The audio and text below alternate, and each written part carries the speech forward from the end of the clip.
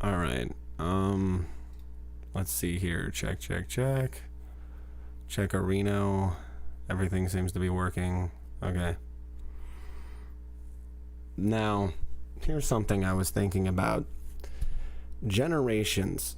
Now, the problem here is there's been a lot of bias and opinion that's really not fair or valid based solely on what I like to call slang terminology here.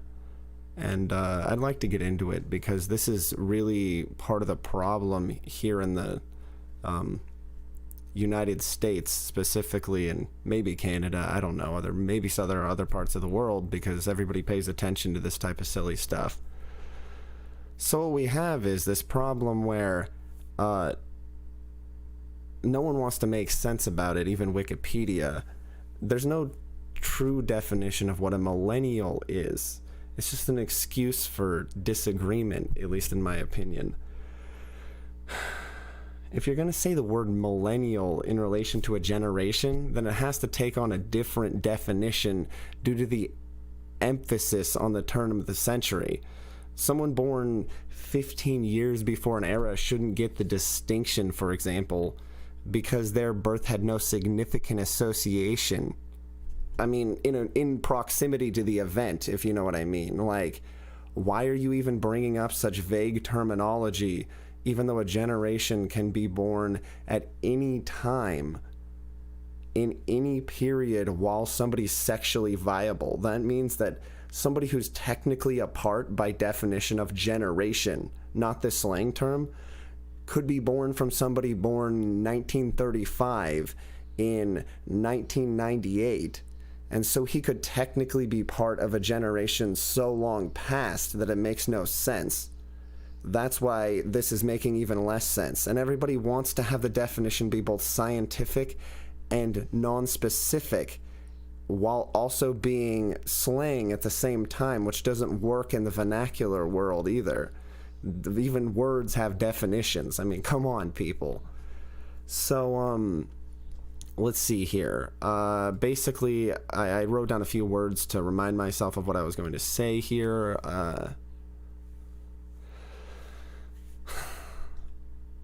Basically, just within a 10-year period, you can't start up with this millennial shit when you have no definition and just abuse it just because it's slang. Because millennial is a slang term. I don't care what Wikipedia says, and yes, and I'll open it up here in a moment and discuss the different slang terminologies that have recently, most of them, become popular as people have, older generations, decided what they wanted to call younger generations. And to be clear, why this is important is these are not real words. These are generalizations based on already generalized groups of people that could be born from any person in a lot of periods. You know, it's pretty absurd, because you have to remember as well that just because somebody might be a part of a generation, who are they born to, right? Who is their mother? That's why this is so stupid. For example, the person who was born in 1935 who has supreme genetics, who can pass on his DNA to a woman in 1998, that woman is a much, much, much, much further generation, most likely, than he is, just to give birth and carry the child to full term. So what generation is he a part of, right? This is where slang terms make things even more confusing. And I'm just trying to put this all together and try to dissuade people from abusing biases that don't even make sense and just destroying the definition of what reproduction logically even is in time and space. Because they want to act like a generation can be a certain period of time and space, but that's even too vague, because the last person who still has sperm in his balls, who puts it into a woman, what generation is that? How far down the line? What definition of that? You see what I mean? Vagaries. It's too vague. It's just an excuse to be a rude piece of shit to anyone you don't like. And I've seen it over and over again. I'll just get further into this because this is the type of behavior that tries to make people that think that they've somehow succeeded in life. I put air quotations because when they think that they've succeeded, what they always do is act like, regardless of what their situation is, that because they can afford fast food and gasoline, then, and they don't have any outstanding ball and chain type weights to their existence, then somehow everyone younger than them is some vague generation that they claim is, due to the way their perceptions are of the way they're currently living versus the other person. For example, they'll call people millennials a lot when they actually have to fucking work. They don't have an excuse of being too old. They didn't get in a car accident, so they're not disabled. They actually have to do something with their life, like I did for many years. It's not fair, and it's not considerate. It's just rude and straight up not scientific. I don't know how much time I've taken up already. Let's see here. I guess I'll move on. Yeah, what's so ridiculous is just there's also no historical basis for this, is another bulletin point I was going to bring up. This whole idea of this type of conversation, I don't know what I've missed. Did I miss some documentary where some person popularized these terms? Because that's usually the way it is, a movie or documentary. The point is, there's no historical relevance. We're only bringing up when we're talking about Generation X, Y, or Z, which are, in my opinion, slang terms, because what are the generations even of the 100 years before that called? We've already gone through 100 years, and they've been vaguely assigned to, I think, too few of generation gaps. For example, people can reproduce much faster, especially if they reproduce young, which tragically a lot of people do just because they have to. They don't feel physically well enough to have a child older. And while this is controversial to bring up, I mean, a lot of people do, no matter where you are in the world. So let's be real. That's absurd as well.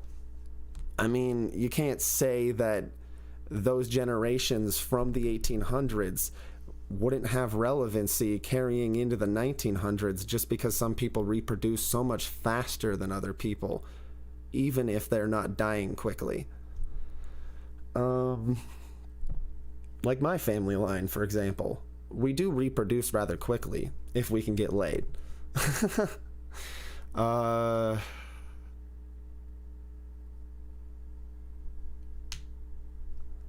Yeah, basically this is all, why I say this is all wrapped up in the title millennial is because the second anyone starts talking about generations, they always start bringing up the cliche sort of slang terms, even if they've been long-term accepted.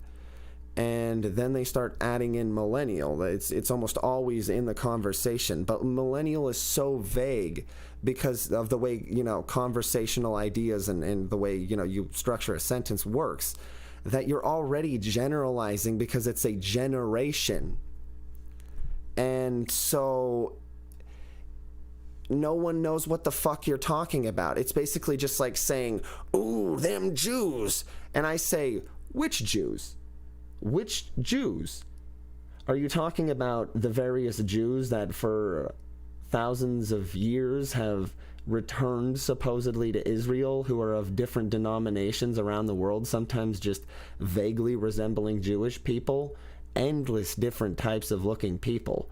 Or are you talking about the tribal people that originally separated and left, and were leaving around the time of, Christ's death, the turn of the AD to whatever, what is it, AD to BC to AD, his death marking a period, which everybody seems to give a shit about, just like they give a shit about what I'm talking about.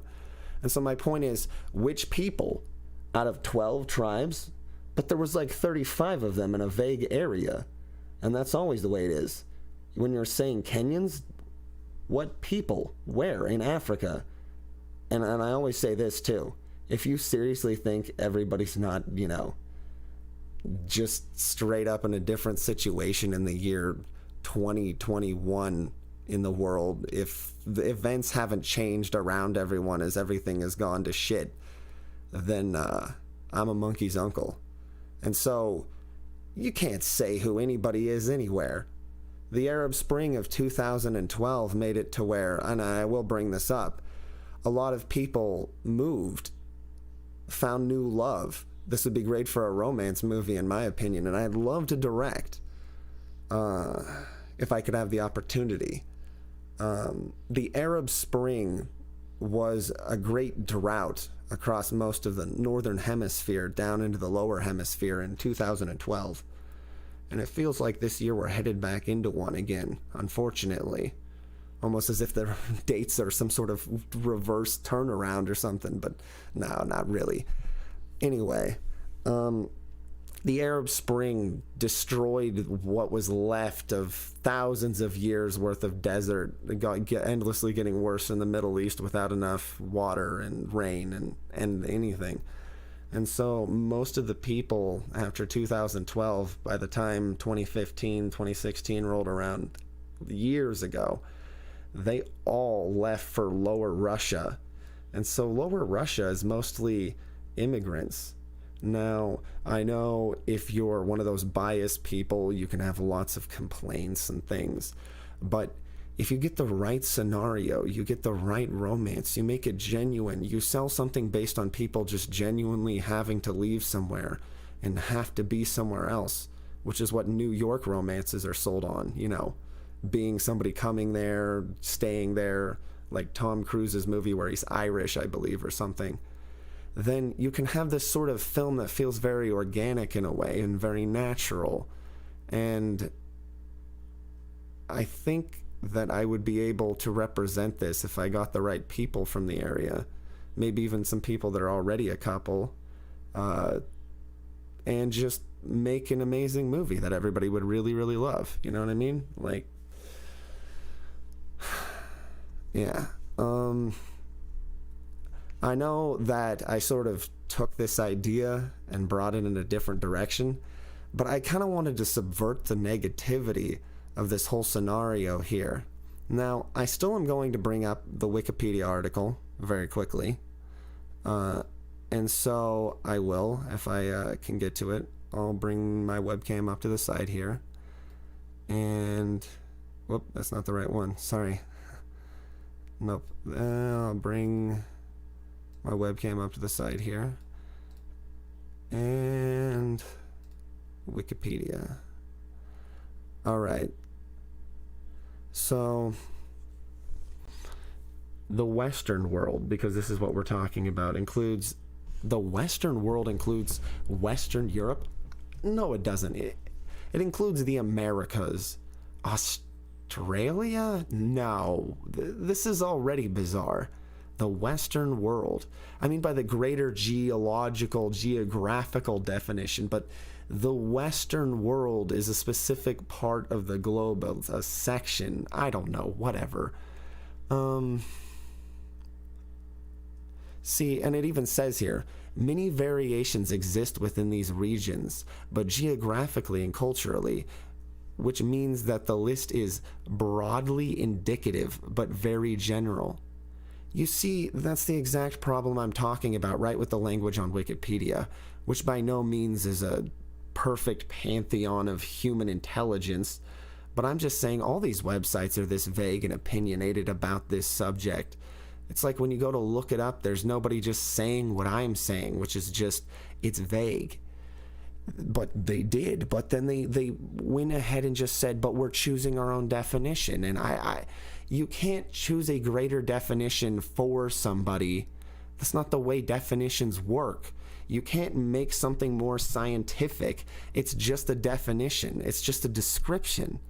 And everybody's trying to change the way descriptions work, as if they can change a vague description into a label like left, right, middle, central, narrow, straight. And it just doesn't make any sense to me. So anyways, back to what I was pointing out.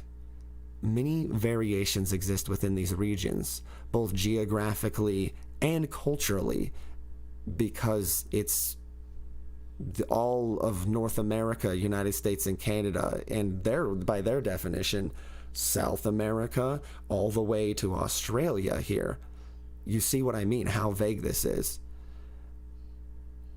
And then it says, which means that this list is broadly indicative, but very general. See, broadly indicative means that they're broadly making a statement here that it's indicative. You have to realize they're saying that.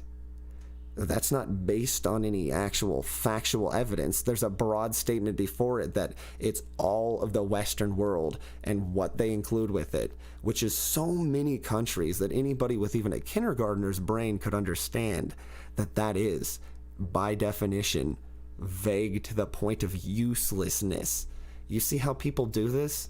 Just trying to get exactly what they want, and anybody writing anything is only trying to get what they want. All right. The contemporary characterization of these cohorts used in media and advertising borrows in part from the Strauss-Howe general theory. What? I'm so confused. Pulse rate hypothesis. I'm actually going insane. Okay, these words make no sense. The contemporary characterization of these cohorts used in media and advertising borrows, in part, from the Strauss-Howe general theory and generally follows the logic of the pulse rate hypothesis. What does that have to do with general? It's getting even more vague. What does all of that have to do with generations? You can't have theories of generations. You can't make generalizations of general theories of general. We're slipping into a void. Can you feel it? Can you feel the sucking of the toilet bowl of everybody's brains? How much dye they've eaten, how many candy bars, how stupid, how much they want to say something stupid while twisting their jaw and just going, yeah. Because that's the problem we have with anybody who would write about vague generation titles that are mostly slang, even if it's old slang like boomers. Okay, the lost generation, known as the generation of 1914 in Europe, a term originating from Gertrude Stein to describe those who fought in World War I. The lost generation is defined as the cohort born from 1883 to 1900 who came of age during World War I and the Roaring Twenties. You see, here is the problem. They're describing a slang term of people who fought in a war as a generation, which means that this first definition here is not including women, like, I don't know, people who didn't fight in the war, like it's saying itself. And it's directly just all about war, even though that has nothing, and I repeat, nothing to do with what physical birth-based generations have in common. War kills people. It doesn't birth people. There's no such thing as a generation of people being birthed into the concept of a period of Roaring Twenties, a 10-year period, and World War I, a vaguely undefined year period. You see, we're starting to slip into the mud pit again, where it has two definitions even on this list that sort of cross-intersect, but they don't actually, and why I say this, don't actually make sense. is because at the intersection point is two ideas that don't coincide. As if you can say, well, I'm going to make up a generation right now. Here, let me go. The generation of from when George Washington was surveying land to when he started his campaign against the British. It's a concept. That's not a generation. That's slang for a concept, and then you're claiming it's a generation. It's a concept of a period in which you could have participated.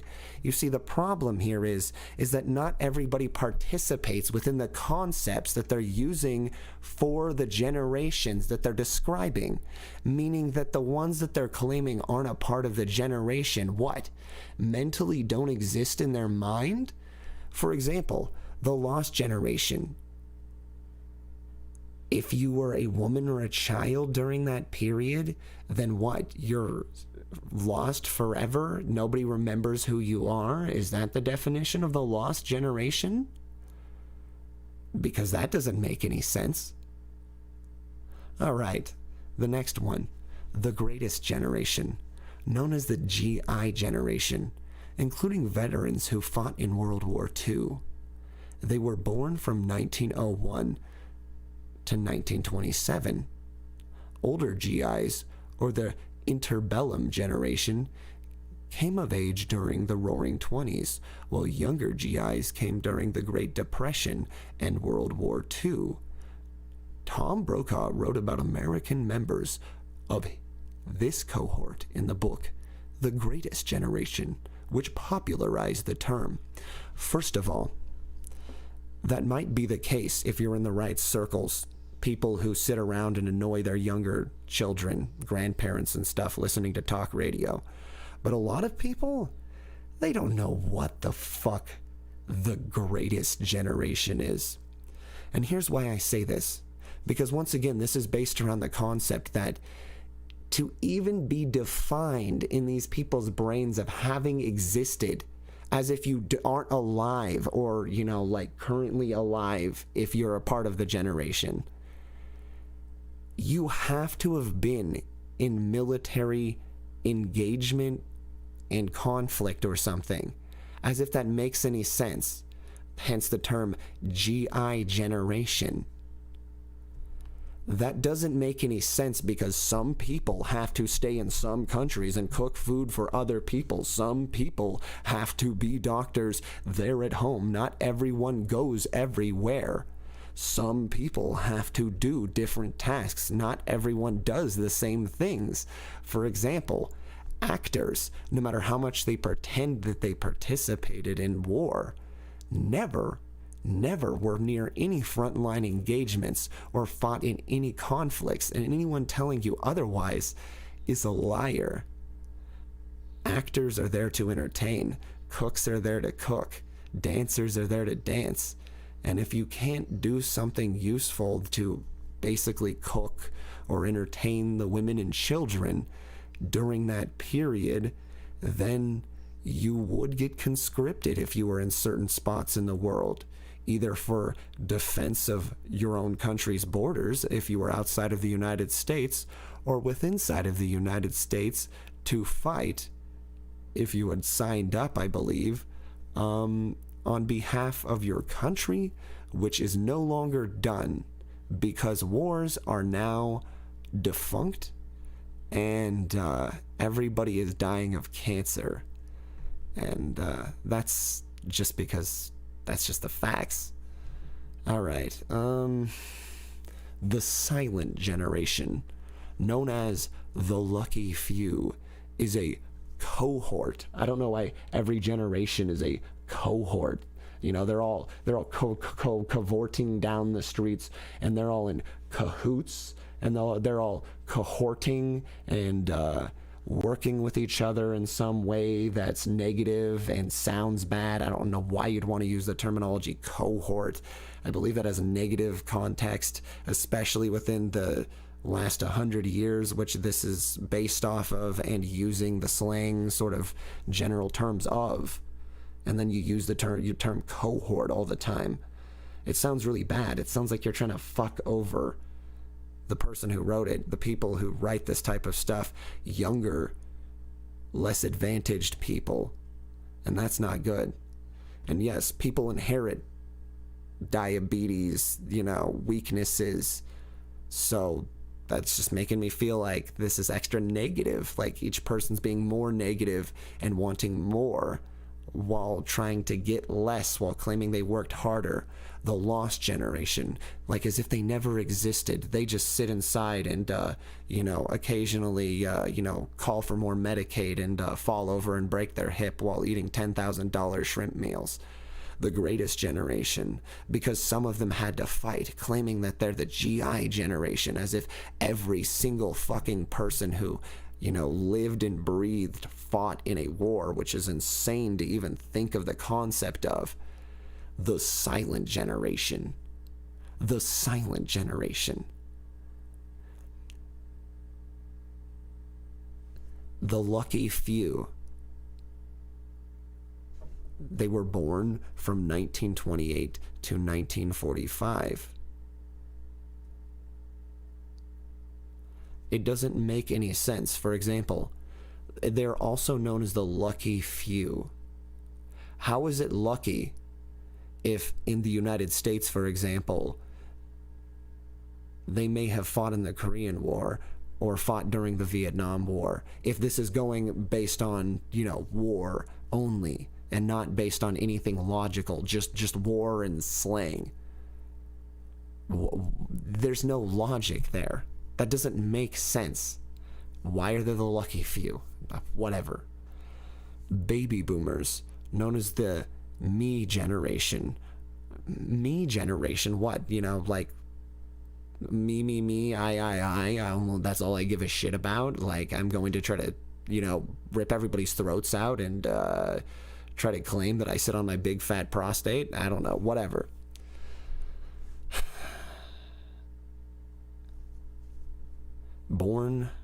Baby boomers were born following World War II from 1946 to 1964.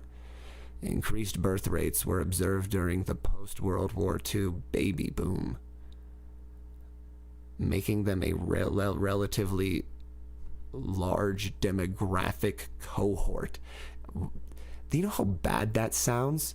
Increased birth rates were observed during post-World War II baby boom, making them a relatively large demographic cohort. As if they're all in it to drain society of everything that they have before they die. What else, every time you hear the term cohort, no matter where you hear it, it's always embezzlement, scandal, theft, fucking debauchery. It's never good. So I don't know why they're using it. In the US, many older boomers may have fought in the Vietnam War or participated in the counterculture of the 60s, while younger boomers, or Generation Jones, came of age in the malaise of the 1970s. Malaise. Yes, the malaise. Like, suddenly, even though most people in the 60s were, consuming mushrooms, smoking weed, trying to relax, trying to be anti-war, which this is very, apparently, this whole list very pro-war. And anybody who would want to list things this way and use this terminology is very pro-war. They claim the 70s were a peaceful time. Mellow, dude. Oh yeah, the 70s, bro. I believe they claimed the Vietnam War went on all the way until 79 with decently heavy engagements, at least, of a decent amount of people. Not as heavy, but the engagements still happened. Enough to be considered warfare, in fact. So, I don't know why it's a malaise. Was everybody sitting around? Is this another movie reference? Everybody's sitting around. It's 1970 starting, and everybody's just saying, "Whoa, dude, The 60s were bullshit, man, but now as a warlike fucker, damn. Oh, I can just relax. Oh, yeah. Now that the magic 1970s have started. I don't know. It's just, if you're gonna use words, words have a basis. They have, when you use them in a sentence, when you use them with a structure, and you use them a certain way, when you say cohorts in a relation to a generation that has a slang term about them, it makes people think that that generation, most generations, are negative, that you're some sort of gang instead of just people living and breathing and doing things. And my opinion has not been swayed from that, from this list of named generations. And the other articles are worse, so...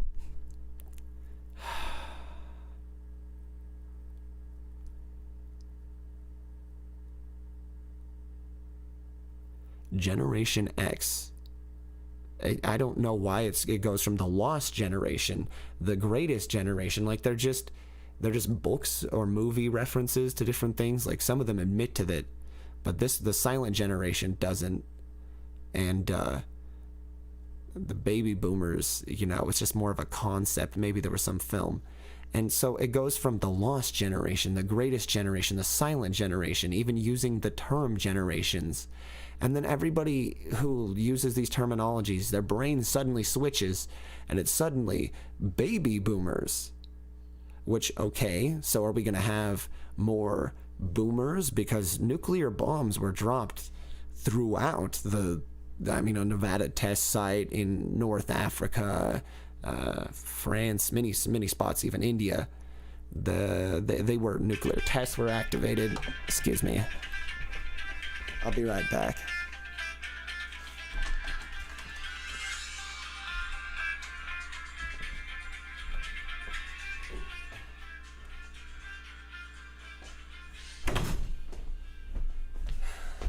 All right, I'm back to it. Okay, let's see here.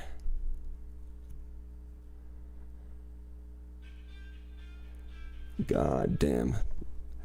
All right.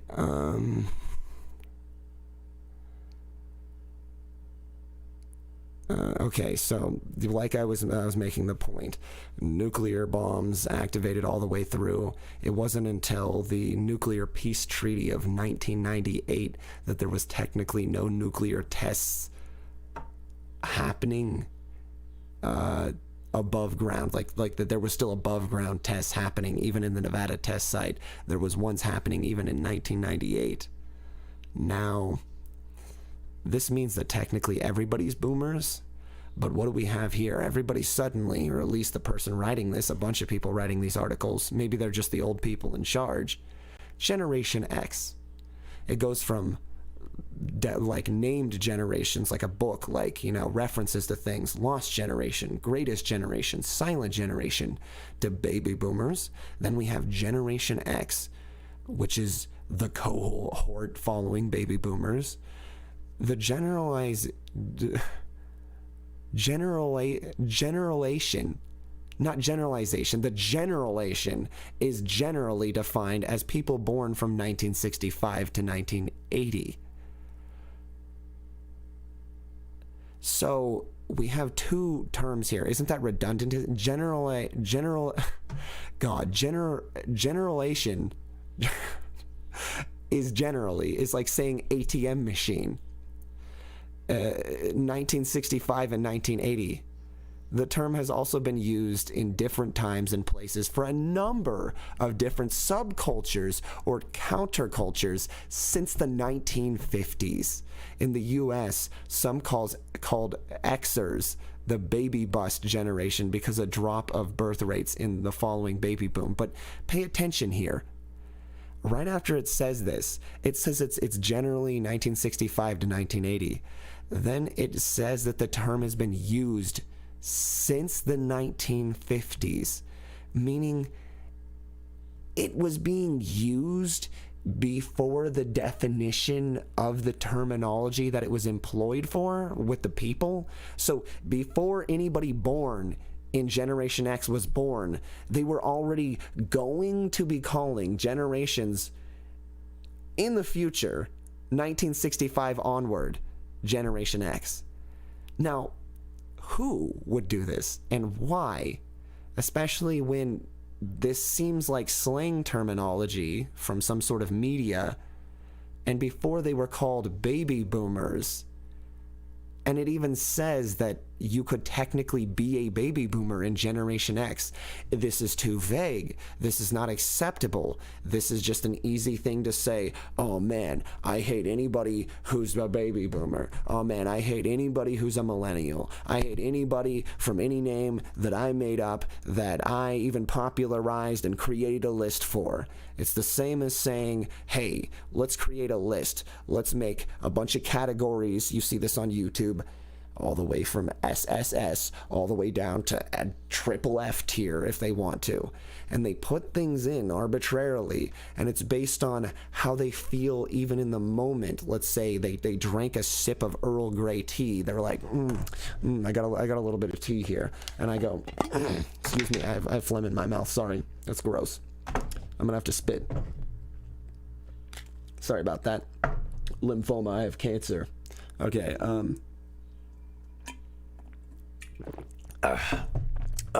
God, that willow tea's kind of gross. It's willow water. Anyway, willows. They taste like Bayer aspirin. That is the ingredient in Bayer aspirin. Okay,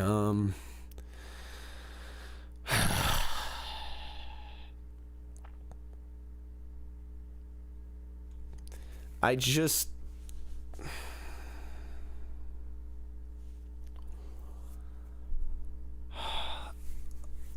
God, my head hurts.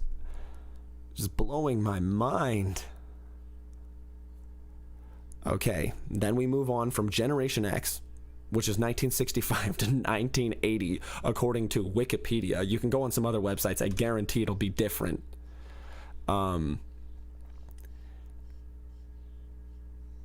And it makes no sense. 1981 to 1996, millennials, known as Generation Y. Okay, so XY. So are we going to admit that there was other generations before them? But if we're reaching the end of the alphabet, is that some sort of like commentary on life and existence and how like everybody's inevitably going to succumb to cancer if everybody doesn't stop eating 80 billion pounds of table sugar and corn syrup every day? Because corn syrup causes the fat in your body to burn into acne, which causes sores and ulcers. And you know, table sugar causes general weakening of the muscle fibers, which means that they can hold together less well. And as you know, the end result of endless radioactive events around the world is broken bits of gamma in sunlight causing degradation in the skin. And you should still get a tan, to be clear. You should just probably try to, I don't know, at this point, just not live somewhere where there's been a lot of radiation. It's just the world's broken there. I just bring this up because of the baby boomer concept that is trapped within this whole list, because baby boomer is the concept of being born because of the end result of nuclear weapons. Like you're born, see, it's slang. It's like saying you're born into a nuclear era, and that will somehow make you a baby boomer instead of just a sicker human being because you were born after they blew up the first nuclear weapons. Anyway,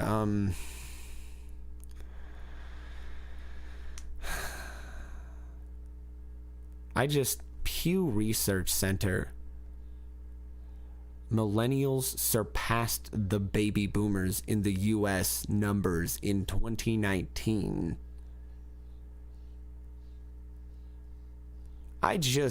That doesn't make any sense to me, and here's why.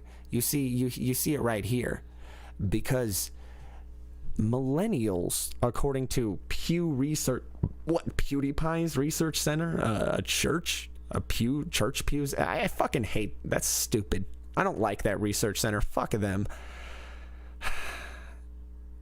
The point is, we have this problem here where suddenly it mentions, and this just can't be right, a nearly even number of people who, by all means, did not take good care of their health and are definitely almost all of their generation dead from eating McDonald's.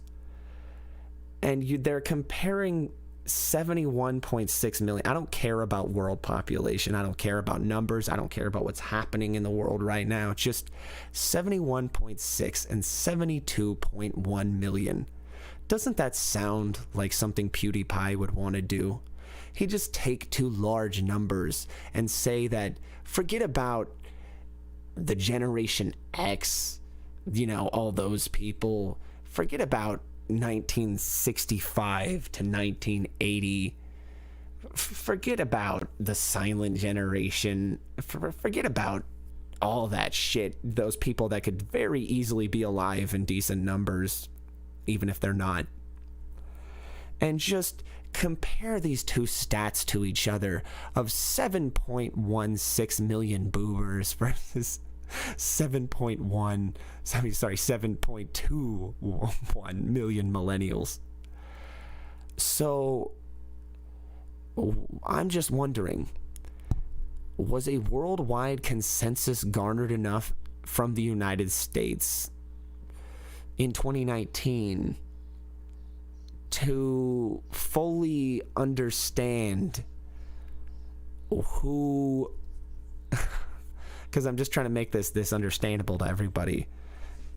Like, is there Pew Research Center based on the consensus, which exists here in the United States, like, the checkup every 10 years, which is why most people of the past say that a generation is 10 years, because after 10 years have passed, and this has always been my definition here from my family line, coming from Wyoming and from generally here in the West all around, that because the consensus is every 10 years, which is what this is referencing, to even say that there's around the same amount of, I would assume, because what else would you be referencing to say there's this around the same amount of millennials as boomer?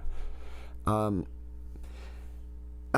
did that happen? Did that not happen? Did that happen in 2019? Anyways, the point is,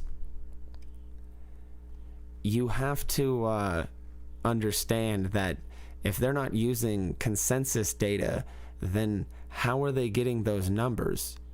If it's not, a government of a country like North America's, if it's not the government of other countries, then how would they be getting the data? Politely requesting on a sidebar banner that you fill out their questionnaire. What is it based on? Universities only? That's not very big percentage of the population, not by a long shot. In North America or anywhere else in the world, does everyone go to universities or colleges? Some of them immediately qualify for things out of high school. Some of them, because they did extra credit, of course. Some of them go to community colleges. Some of them don't go to any sort of learning centers at all and are inherently, can pass a test, which everything's different. I don't even know. Everything changes around me. People will change their opinions just like this chart here all the time. Sometimes you just have to pass a test, depending upon where you are in the United States or somewhere else, to prove that you're competent enough to drive something or weld or, I don't even know, clear a road with a tractor. Other times, you have to do some pointless written test that makes no sense and maybe physically do nothing. I'll give you a little hint. That's the inferior way of doing things. Experience always matters, which is why you're supposed to teach people as well that seem like they're not going to fuck up.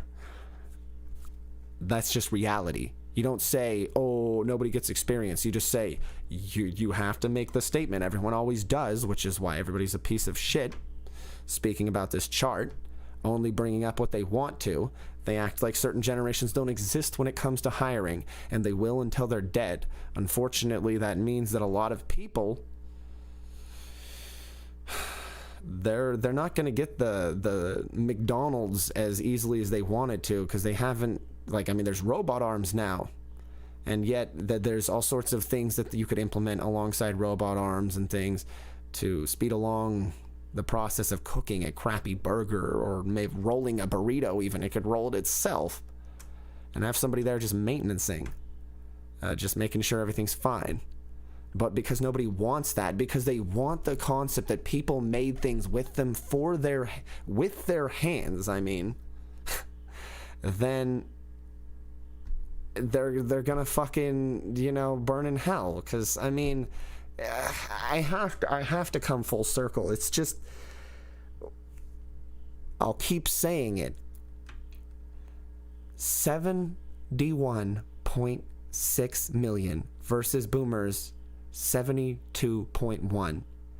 It goes out of its way once it gets to the point of mentioning millennials, proving how it's vague and everybody wants to use this generations thing any way they want. Just claim it's scientific, claim it's cultural, claim it's slang, and then try to bring it any which direction they want. Like, I'm angry. I'm so angry. Everyone's a millennial because I happen to be old enough to say that I'm a boomer. That's disgusting.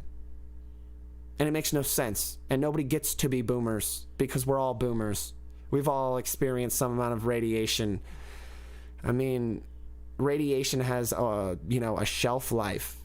And even in the air, it takes a while to drop off. So from anywhere from 1998 to even,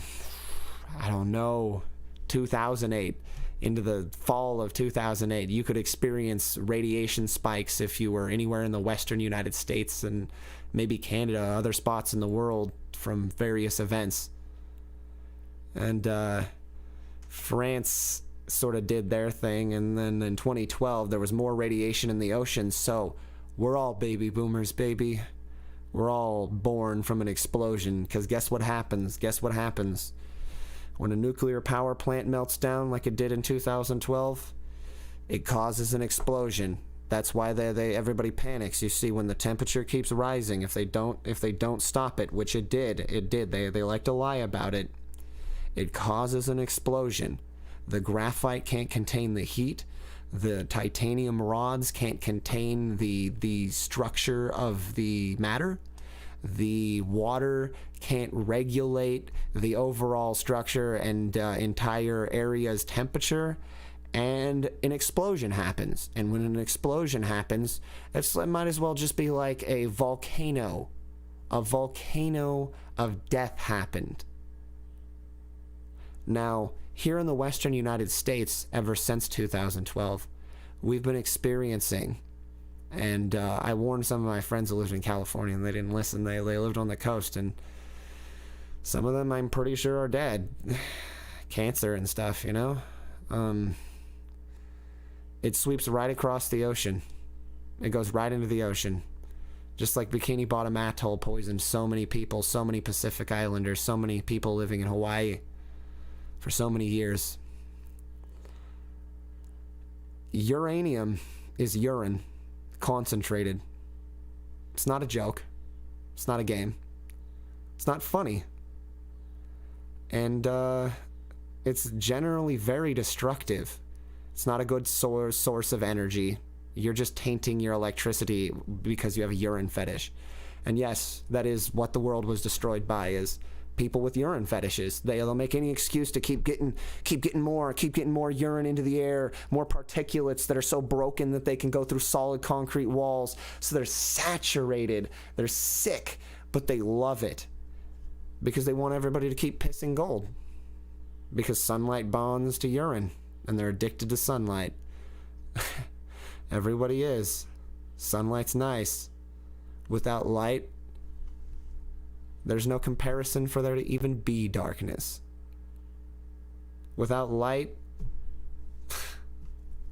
there's no physical structure for there to be any negativity. And light is inherently positive. Which brings me to my final point. Generation Z. As we skip through why, because millennials is the preferred slang term. I don't know why Generation Z is the end of a road. I'm so confused. People really must have ruined their genetics. Their genomes must be like clustering with random DNA errors. I forget the thing on the end of your DNA, the whatever, anthers or diodes are fucked and probably spasming electricity. Generation Z are known as Zoomers. Why? Just because Z? Do they move faster as they die younger? Because here, any place I've seen people eat bad, I don't think they really do. So I don't know what's with... Is it just because of the application, Zoom, that they use to communicate if they're going to do online schooling, either publicly or privately through an institution? I don't know why they call them Zoomers. That one also baffles me, and it seemed to have come out a little bit after the baby boomers and millennials. Like, the terminology. You have to realize, like, Zoomers didn't exist, I believe, as terminology in 2010, 2011, 2012. Not anywhere I was. Not 2013, not 2014. I don't even think it existed in 2015. I haven't been paying attention since 2016. I've developed such bad health issues. I have Crohn's and lymphoma, but this doesn't make any sense. Researchers, and you see, this is why I don't like this. Researchers. What researchers? This doesn't even mention what researchers. You see, when you have vague researchers researching other people's research, you have generalizations generally generalizing, where nothing's actually happened. It makes everybody feel very, very insecure and makes everybody feel like people who gravitate towards this type of terminology like Generation Z are very mentally unstable and biased, even if they're friendly towards them because of whatever their bias is, that they're not a fully adjusted human being, and that they have bizarre tendencies towards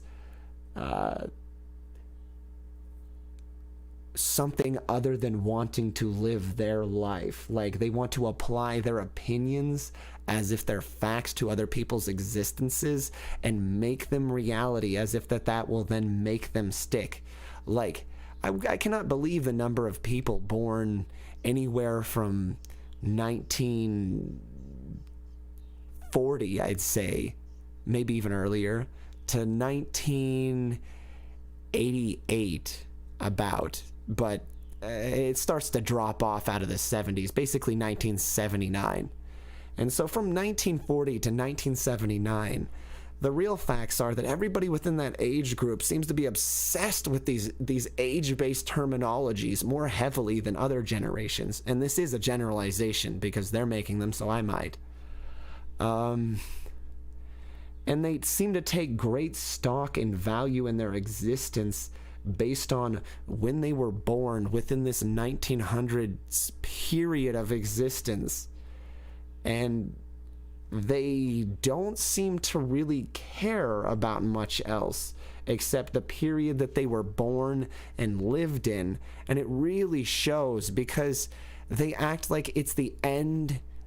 Anybody who writes this, anybody who agrees with this list of generations of their sort or something or whatever with Generation Z, known as Zoomers, which is 1990 all the way to 2010. And then once again, Pew Research Center, which, who knows? They could be, religious. Pews. They say then it's the years 1997 to 2012. You have two conflicting, completely different statements here. Neither of which, because nobody wants to agree on anything, because it's slang, is anything other than just an excuse. They're just excuses. Excuses for bias, excuses for saying that people that are born after you stop caring about the world, or after you made a certain amount of money and then managed to retire on it, and like that somehow now you don't have to participate and they're not a part of your generation.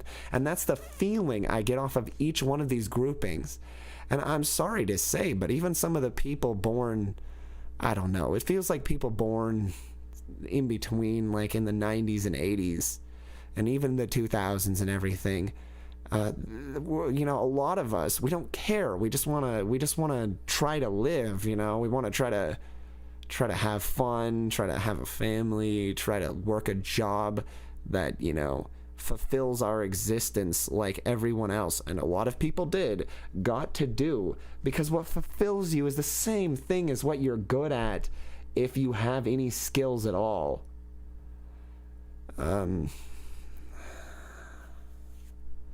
Let's see here.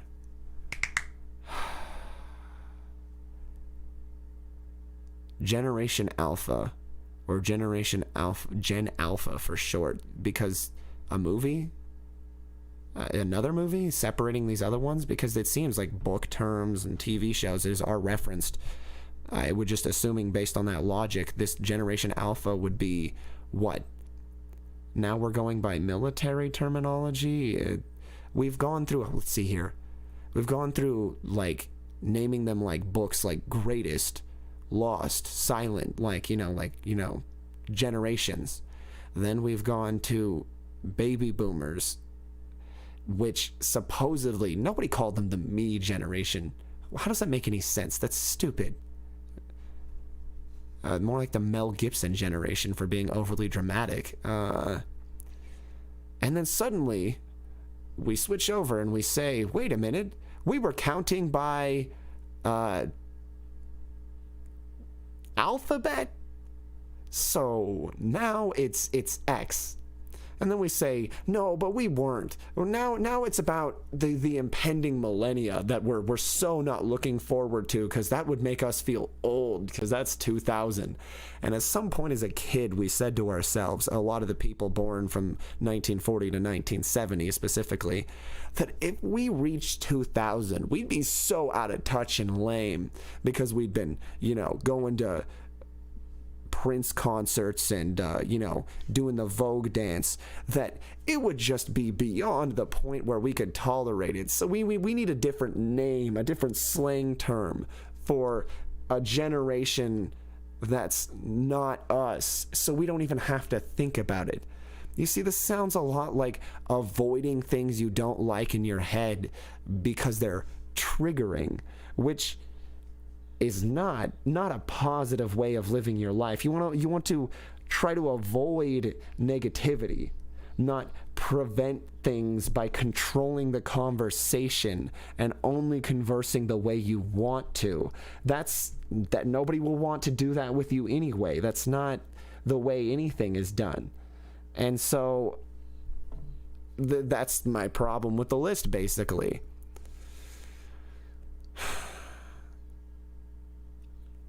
Generation Alpha so we've gone through book-based terminologies. That's one change from generations being used to baby boomers, because nobody used me generations. That's two changes already in the style of listing within the list.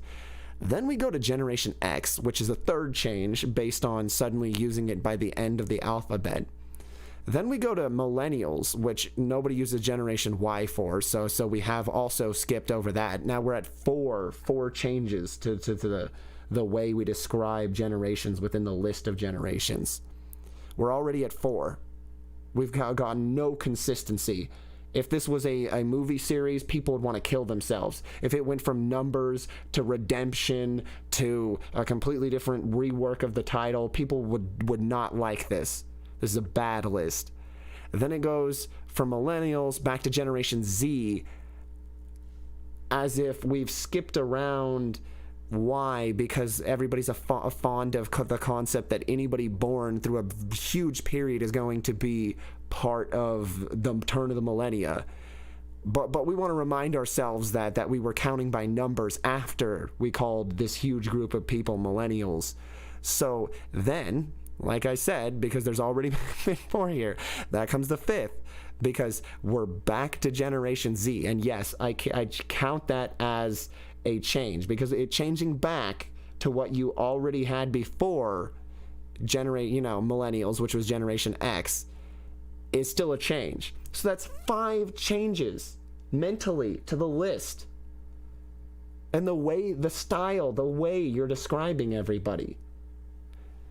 And by that point, then you just have Generation Alpha. Like, it's just a designation of location.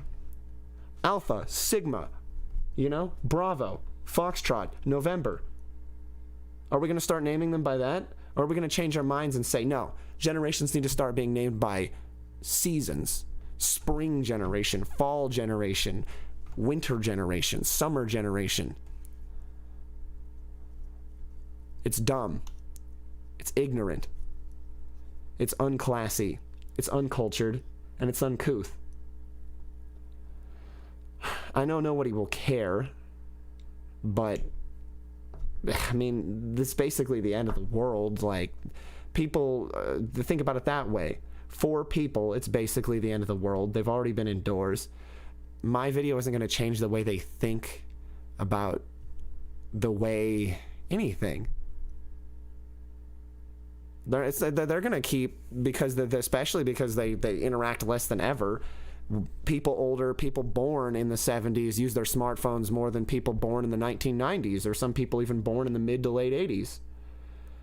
There's no changing them. They'll only converse with the people they want to converse with, and they'll call each other what they want to call each other until the separation is so bad that people will just have to live in different towns if they're different generations. I mean, everybody wants to be separate in so many different ways, and I'm shocked that this has happened instead of over racism, because it never was as bad in most parts of the world as this ageism. And I can only lead it back to one thing: the spoiled concept that people went to universities and colleges, and they just think that, especially if they teach say, for example, their children, like baby boomers, oh, you're a baby boomer child, you're born in the 70s or 80s. Well, you're the only generation that matters, supposedly. You're the only generation that's loved. And everybody just says that to each person that they care about. But love is universal, right? It's not like people can hate. This is reality. Their children. A lot of people, even if they wanted to hate their children, they still say, even though they may lie and talk to other people around them, they may be, born in the mid-'80s and have children. They say, oh yeah, we're just supposed to take the rest of the world for what it was because some other generation told us to. They tell their children, I want things for you. I want things for you. I want you to be happy. And I want you to not struggle and not have to work in a way that would make you unhappy and just, make you have to labor all day. That hopefully, because it's the modern era, which everybody says in every era, that in this circumstance, I would say, because we have robot arms, because we have more advanced crimping methods of going through chutes for food, for tacos and burritos, that the effort would be very minimal so that people could enjoy, hopefully, reproducing more, like this article brings up, like these concepts of birth, that the baby boomers, nuclear weapons happened, but there was a greater birth rate happening. And this gets back to a really bizarre point that I dislike about America, but it was true, even in Texas, even everywhere, a lot of places in the world. Things were so different back then. People really have evolved physically. They don't look the same. They have different allergies due to sicknesses, radiation, diets, good and bad. That it's just a different world. Like, back when the baby boomers were being born, people were afraid of radiation. If you ever watch The Twilight Zone, you'll know how afraid they were. How afraid, even more than starvation or anything else. Nuclear weapons, hydrogen bombs, any of those, they can cause, because of broken ions, failures in equipment so easily. This is what people don't want to talk about. When you do nuclear tests, why it's harder to get things to work in the West for as long, phones, anything, is because they have to be twice as sturdy. Because the radiation would destroy cameras, film, tapes, everything. And it's just, I mean, it might even be that way in France. They had a nuclear power plant and did for many years on and off. In Germany, it could have been that way. Around the world, in the 70s, everyone was a fool. In fact, there was so much radiation that the conversation was attempted to be subverted back then from what it really was, which is everybody was saying they didn't have sustainable energy. But what they meant is, when they said sustainable solar energy, is you could have big old wide open cells. You could take in a bunch of sunlight. You could take in that heat. You could find a way of turning that into energy. That, you know, a large amount of water, anything. You can create materials. Concrete burns at a 9 billion degrees. You could bring in the energy. You could store it. That wasn't the problem. The problem was clean energy. Creating solar panels back then that were free of radiation. And everybody's silent fears, the stuff that they started swallowing as they continued to allow nuclear energy to exist because of urine fetishes? I don't know. Because it was sustainable, because they taught each other that it was at school and said that it was. I can't believe how many conversations I had with everybody from... And it was after almost every nuclear power plant had been shut down for melting down and being dangerous. There wasn't even any left. In 2000 to 2005, beyond, people would have conversations with me about how it was sustainable, how it made sense. And I just said, but the part of the urine, of the uranium, of the waste, of that you're refining, the part of that is, how do I describe it? It's already sunlight. Urine, the gold you see in your urine, the colors you see in your urine, let's say the sun was green, purple, that would be the color that you would eventually start collecting in your urine from the solar rays. And so you're basically saying, let's take a fraction of the sun's energy, a minuscule, tiny, nothing bit of it that's passed through the human body, then try to refine that into something that has enough energy in it while still being incredibly toxic, because you're refining toxicity as well, into an energy source. And that's just not sustainable. It's just not. It's foolish. It's as foolish as saying, I don't know. Anything is foolish, really.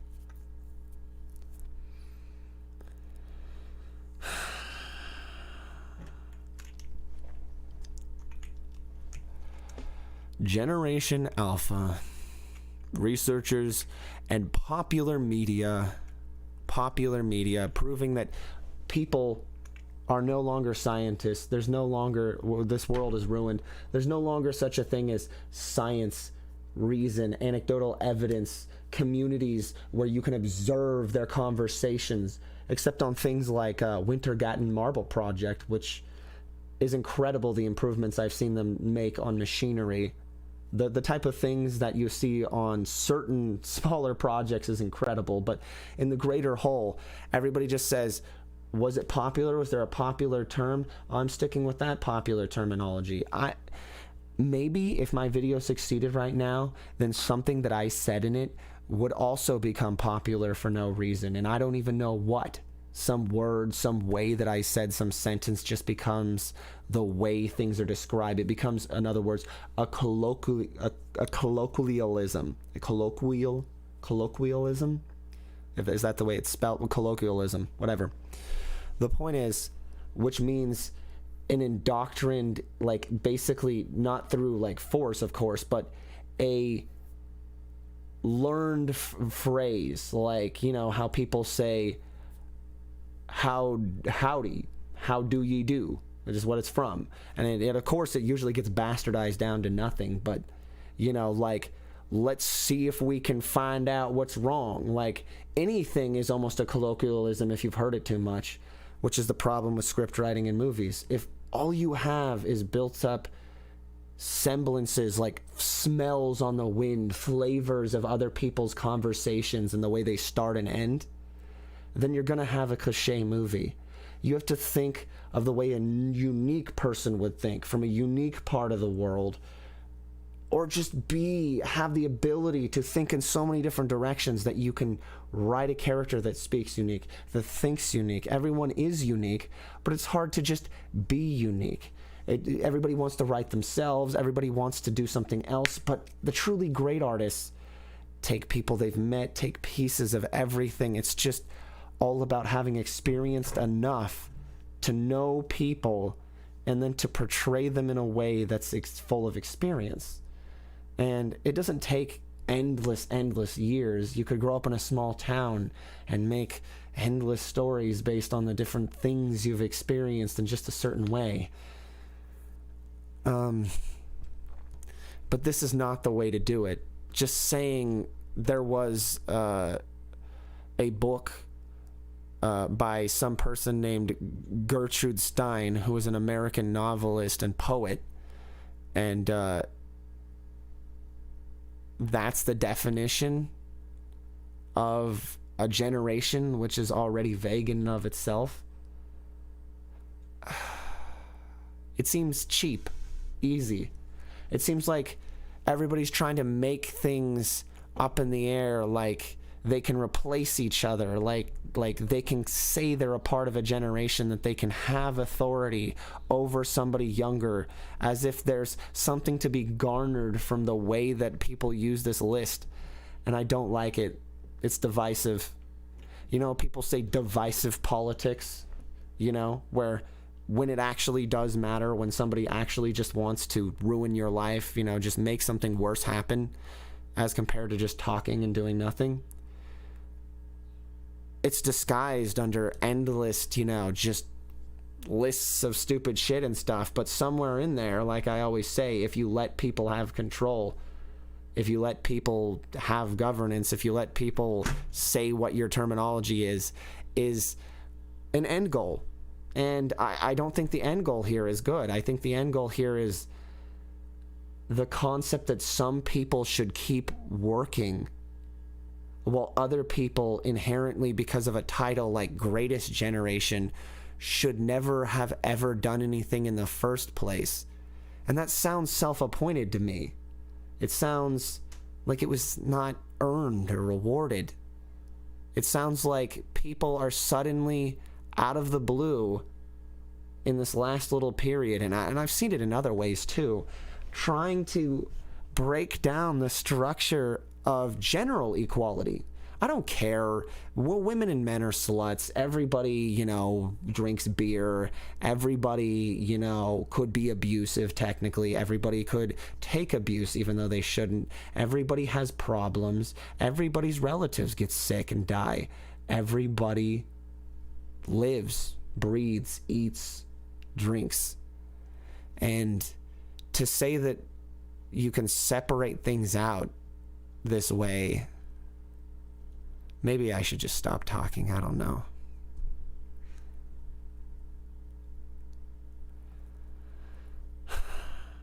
I will end with my final statements in a moment. Let me clear my mind. Ow, my neck. I was in a car accident along with my brother. Received the abuse of other generations. Progressive insurance. Just because we're younger, didn't want to pay out. They had no reason to, no right to. The person was completely at fault, but that's what happens when you're a different generation that people inherently just say, I don't like them, they're different. They have a different way of living.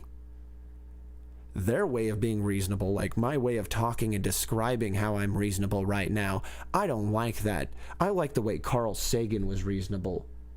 I like the way somebody else was reasonable, not the way Grant Richardson was reasonable. Grant Richardson's a prick, you know? Like, I mean, if that's the way you want to be it, if you want to say that you know, I'm just not allowed, nobody's allowed, then there has to be conflict. If there's going to be conflict, then there has to be generationally different things. We shouldn't avoid it, but neither should we seek it. Researchers and popular media say that Generation Alpha, starting in the 2010s, well, 2010 then, and basically moving on to 2020, 2020s, ending birth years, Generation Alpha is the first to be born entirely in the 21st century.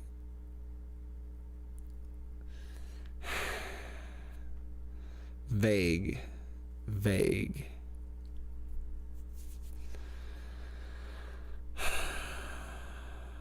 I've already stated all the reasons why generations. Yeah. All right. Here's summation. I've already stated all the reasons why this is just too easily abused, because generations, it's too vague of a terminology, and it could even be misinterpreted by who your mother or father was if you were born from a different generation and only one of your parents, or if they've reproduced more, so you've just reproduced sooner and younger.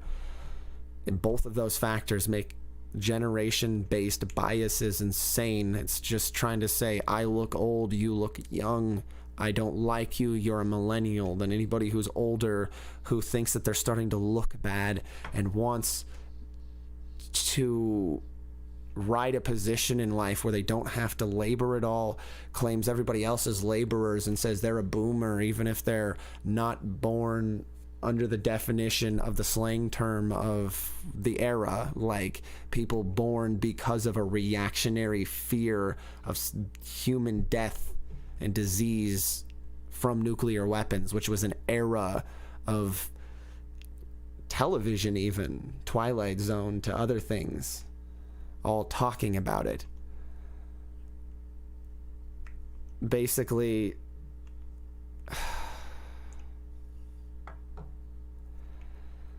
it's just not okay to just say that you're taking on the mantle of somebody who created a terminology or embraced it to be more negative. That might as well be saying, I wish I could fight every single person who's younger than me just because they're younger than me. I don't like that. That shouldn't be the way this works.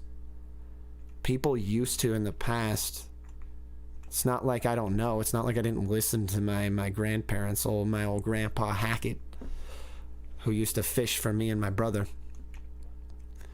And people used to get married, it wasn't uncommon, 20 years apart, 30. Now, is it completely normal for somebody who's 20 to marry somebody who's 40? No, it's not. And I'm not going to say it is. But to say that a generation isn't plausible where some person marries somebody in that age group, and that it's not plausible that either of them could have enough happiness and vitality at that age, if they were in good shape, to, even if they knew that, like, for example, one of them was going to get too old, that they were going to be married, and then they were going to amiably have a contract to divorce, which existed more often back then they could enjoy years of physical fitness and happiness, 10, 20 years, maybe 15, who even knows, of amiable companionship, and maybe even a few children before getting divorced without hatred.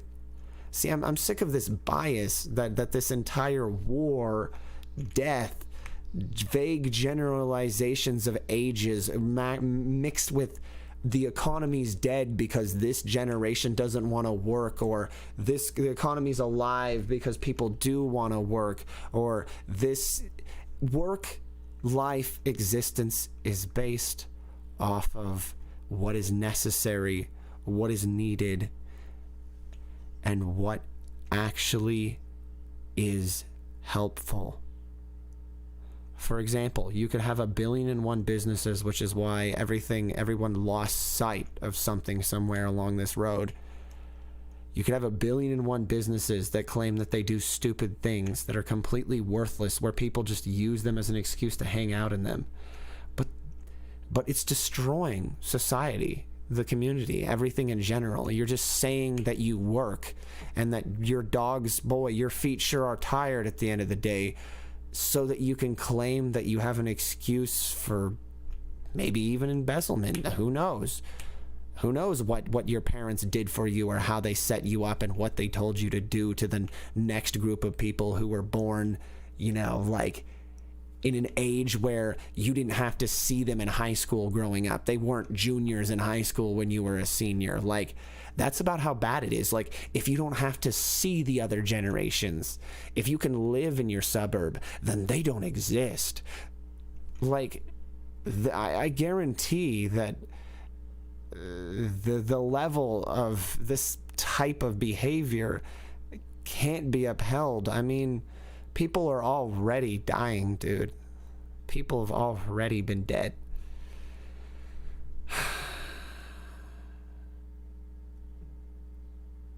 Caring more about ripping somebody off for making food for you that's going to kill you anyways because it's smeared in mayonnaise and just a hunk of chicken between two polymer buns. Acting like they don't deserve money because there's vague scientists making vague cures out there that need all that vague amounts of money. No, no. I mean, no. The government, no matter how big, no matter where you are, Finland, Sweden, anyways, your government size, whoever's down there at your local building, whoever was elected, whoever's in charge, whoever does anything, that they're not anybody. They might as well, they're a part of a community.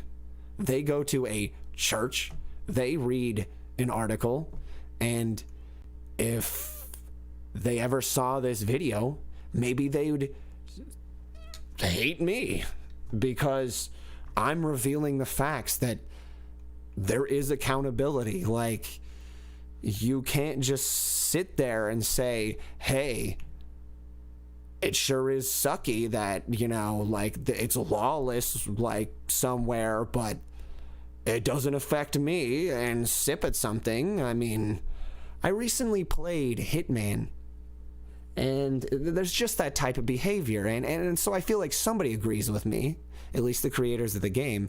There's a military coup going on in a small country. Might as well just be where I live right now, because easily could happen. That's how easy corruption can happen when there's small population. It's just like any other country in the world. Don't take the size of an area to mean anything. What's the population? Who's gonna, right? Who's gonna care? There's terrorists smoking hashish and other things, who knows, enjoying themselves, surrounded by a few militants, armed guards, who are making them feel comfortable so that they don't feel like there's anything wrong in this tiny little country somewhere in Europe or the Middle East, while there's a coup going on and they're trying to seize control. And you have to realize, however many people, if you play this level of this Hitman video game, just the new Hitman, it's just Hitman, the first one,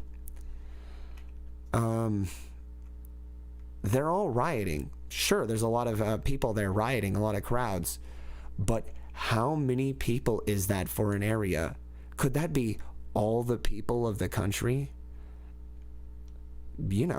How many people, how many thousands of people live in a tiny little area, live in a county, in some spot, in some place? Definitions change. For example, states that's vague. Just like these generalizations. One part of a state could suddenly decide to be much worse than another, like mine. North Idaho, up where it starts to get into forest, is a much more reasonable place, and the supposed representatives, as we call them, from North Idaho that have to come down to supposedly represent the whole state, I don't even know if they've come down ever since some sort of ridiculous event happened that just was too insane. I think that things have broken apart so badly here that my own state is no longer functioning. There's no logic to it. And sure, it's a small area, but just like in the Hitman video game, there seems to be malicious militia groups around previous years. They may die of desert heat because this is a terrible location, and this is right where I am. It's still desert, even though it's, you know, the bottom of Idaho, because right below it is Nevada. The Nevada test site fallout, it didn't go downward. It didn't blow downward on the wind because these were blown up. This is dust. It blew upward, meaning it went up through Nevada, up where nobody wants to be along those roads, and fell in dust, killing people here historically where I am right now with radioactive dust. Now, why this is a problem, as you might see, is very evident. It's also killed back most of the shrubs. It causes tumors in trees, and old trees here, especially along the river, show signs of it. You can't even compare. Here's a thing you can do. If you want to rent whatever your method, Hulu, whatever the fuck, Amazon, Bronco Billy, it's a movie by Clint Eastwood, and in the film, it's supposed to be in the 70s sometime, Boise, Idaho is just trees, and only one building can you recognize there, a bank, Wells Fargo. One barely defined as skyscraper, and the rest of it is trees. You can't see any residences, you can't see anything under it. And that is the capital of Idaho, allegedly. Even though in North Idaho, there's a completely different setup because the forest seems to be separate from the desert, as if the desert is designated as Idaho instead of Nevada, which makes everything so much worse. Combined with that, Idaho is pressed right up against the Canadian border, meaning that some amount in any other country of Canada's influence should be shared with Idaho. Unfortunately, none of their legislation, none of their influence, or the states around my state's influence, or for that fact, northern Idaho's influence, matters in the bottom desert half of my state to the type of people that live here. And what I mean by that is the type of people who have been living here. I don't know what's been going on, but the type of people that have been living here, who've been problems to me here, have literally been hostile to everyone and everything. Most people, I don't, so I know other people don't, feel safe going to the bars here because they were opened by people who moved here. They opened their own distilleries all over Idaho. They have their own. Their bars are their own, and they'll kick you out if you don't like their music, if you're not their generation, if you're not exactly what they like, if you're not bald, if you don't have a beard, if you don't have a wife and 3 kids. I assume. It's the same way in Oregon, I believe, in a lot of places, unless it's touristy enough. Unless there's terrorists, people can easily just say, you're not allowed to be a part of the community because insert millennials, insert generation, insert whatever they want. You don't look like you're supposed to be. And it's just that way. Like,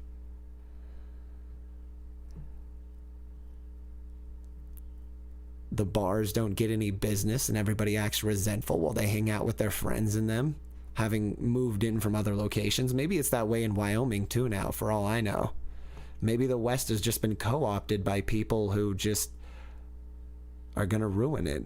I don't know.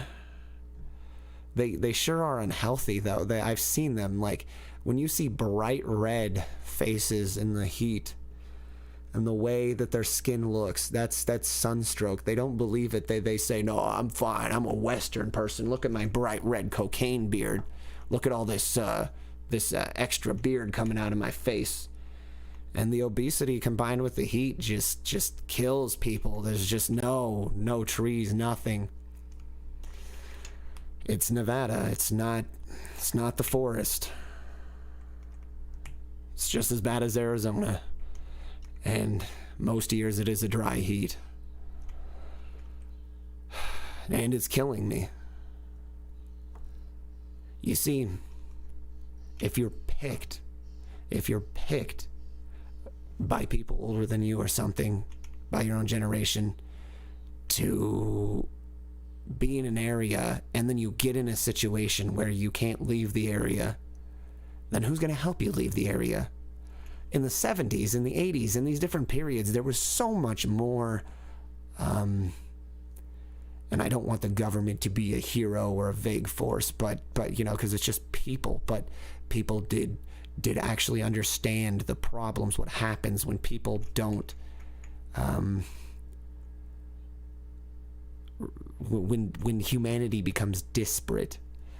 For example, Detroit has been abandoned ever since like the 70s. It was getting more abandoned. In the 80s, it was already empty. In the 90s, it was a ghost town. After that, it was just like a joke. It was people talking about it and acting like they can hop aboard a movement that's already moved. It's like saying, no, wait, let me go to the moon with you guys. In 1969, things happened. It was bad. It was somewhat good. It was amusing sometimes, and it came and it went, you know? And so I'm just wondering when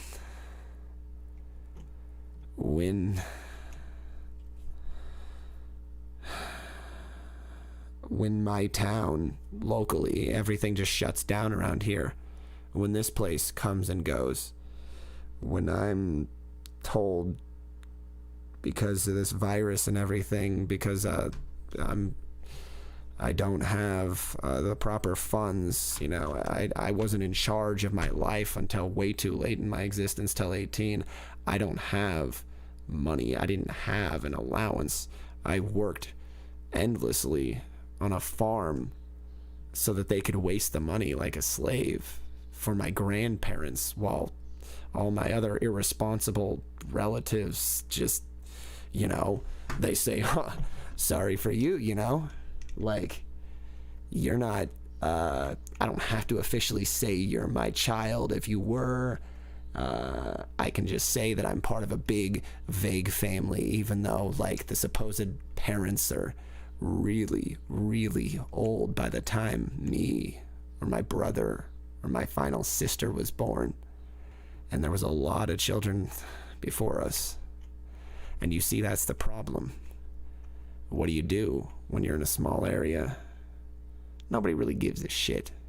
Even when the people were nice here originally, the old and young people, they say, oh, I'll be around forever, they say to themselves.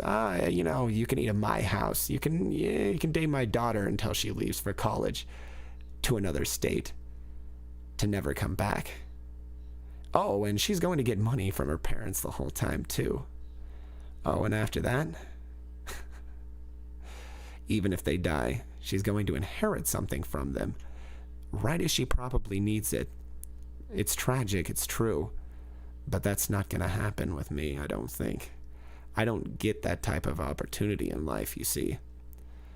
And, I have lymphoma.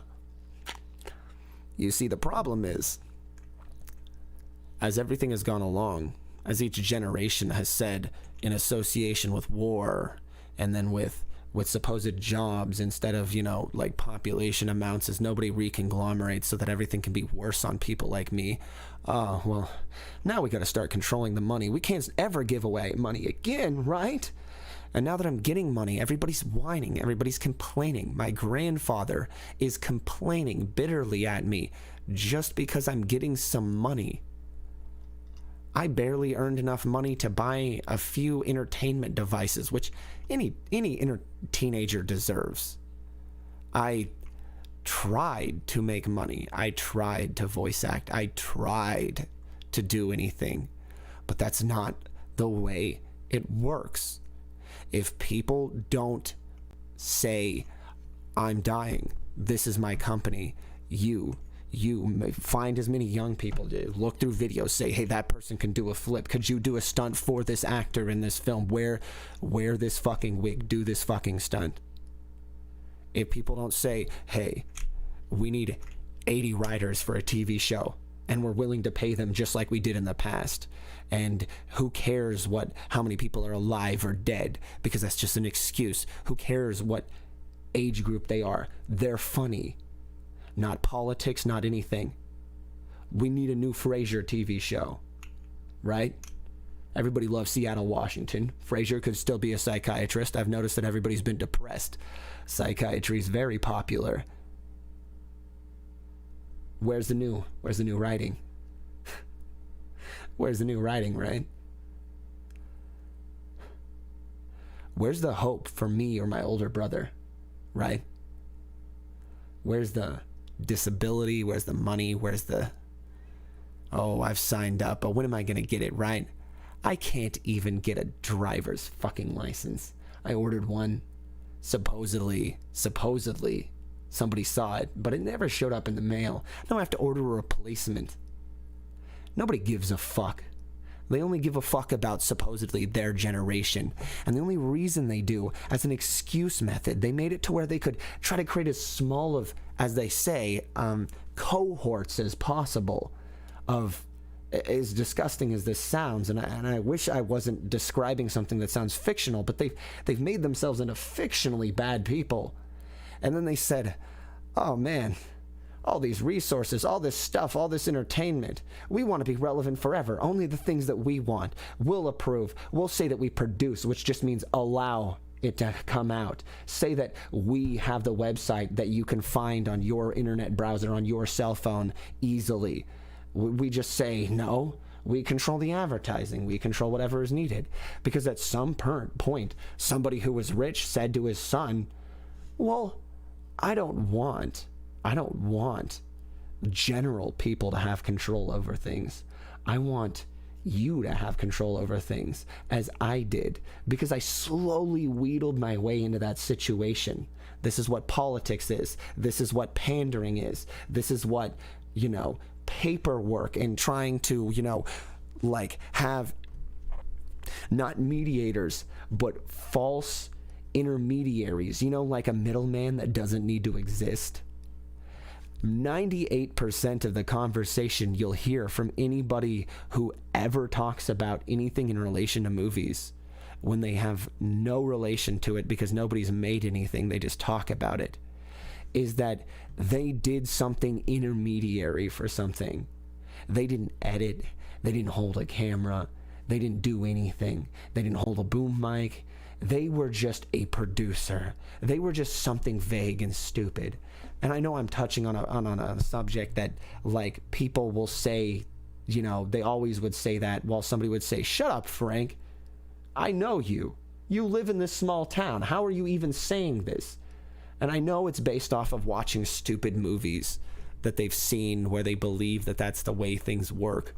But honestly, I originally think that those movies were to convince people that that's the way it worked. Because what really happens is people make a movie and then people get paid for the movie in accordance with how much they did, even if they only allow a few people and say it's other people's names.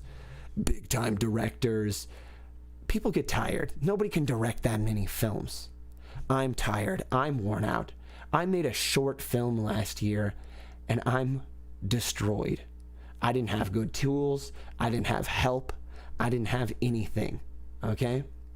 With help, people's own diet, lack of exercise, and lack of like true desire to just be in there eating, drinking green tea to make more movies for you means they're only going to at most make 5.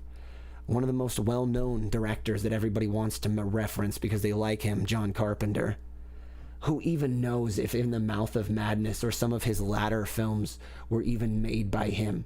Sure, they're made in his style. Sure, they're made by people directed by him.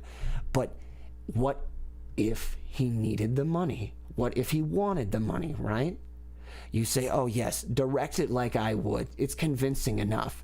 You want to do it like me. I don't want to do it. You'll pay me more because you're allowing somebody who's spoiled to do it, somebody who's rich, somebody who, like just do it your way without my involvement. Sure, I'll do it. And that's the case with a lot of directors. You see names on everything, they just sold their name. They sold their name.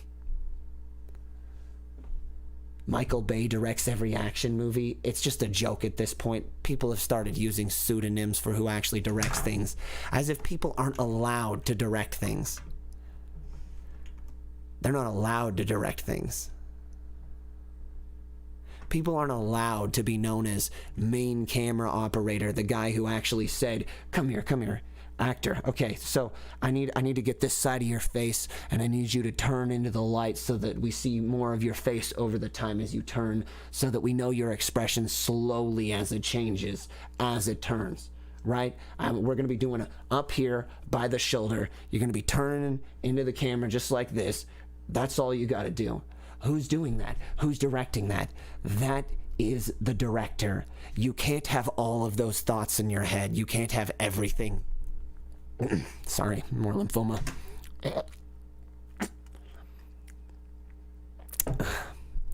And not be one of the main directors. The cameramen are the directors. They have to choreograph all the fight scenes. They know the angles. You learn through experience.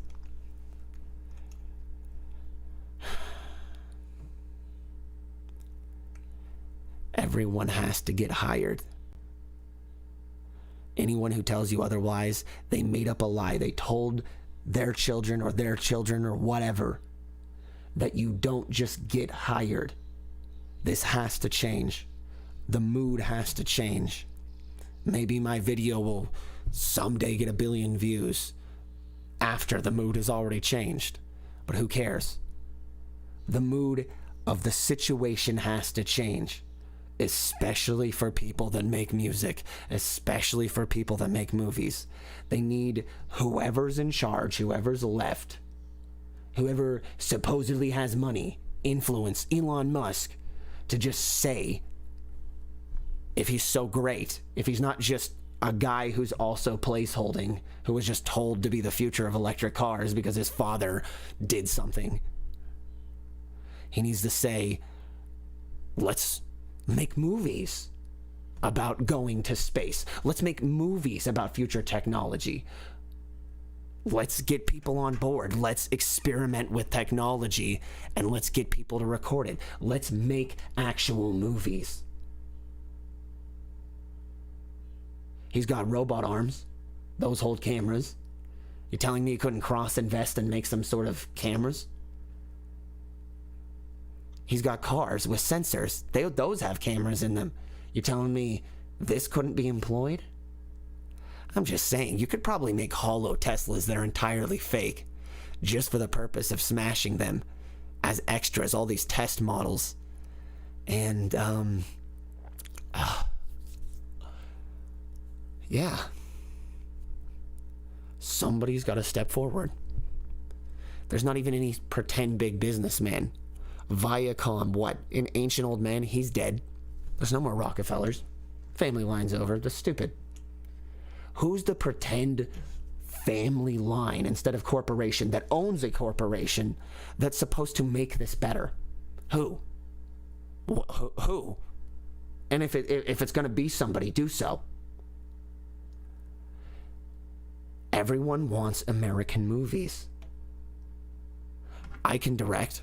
I'm not saying it should be me, although I desperately need some sort of job.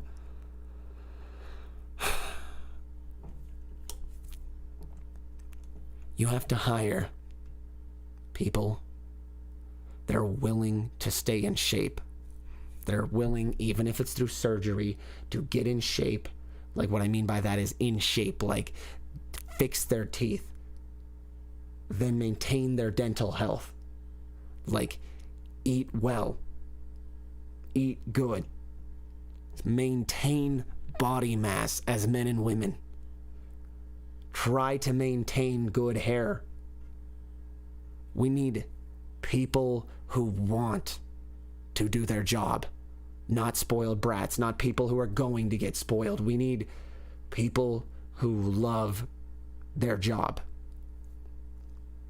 I loved making films, I love taking photos, but I'm so beaten up that unless I have help, I'm basically retired. Sorry, my throat's getting really... I have a little bit of a flu and fever. There's been a lot of stress on me.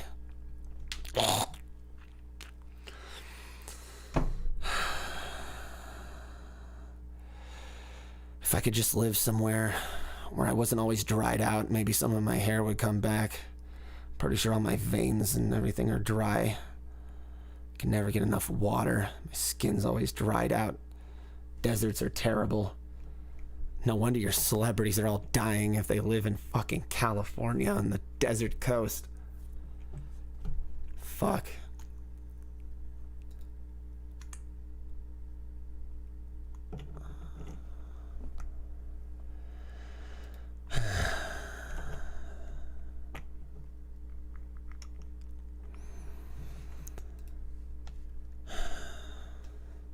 Anyone still here?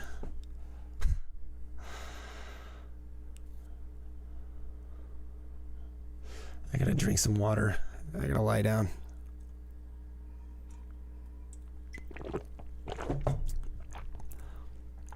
I see you made some comments. Bottom made of honey.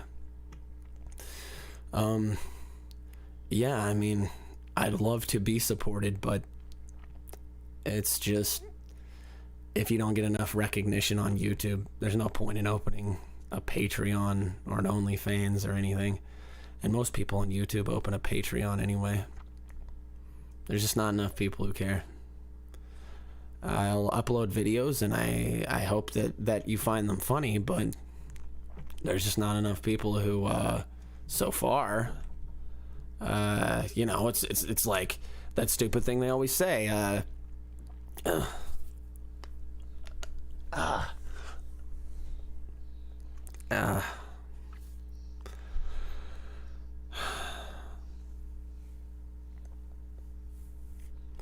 if you don't have the viewers, then you don't have the funds. And I don't have the viewers. I never did. Thank you for feeling bad for me, though. I appreciate it.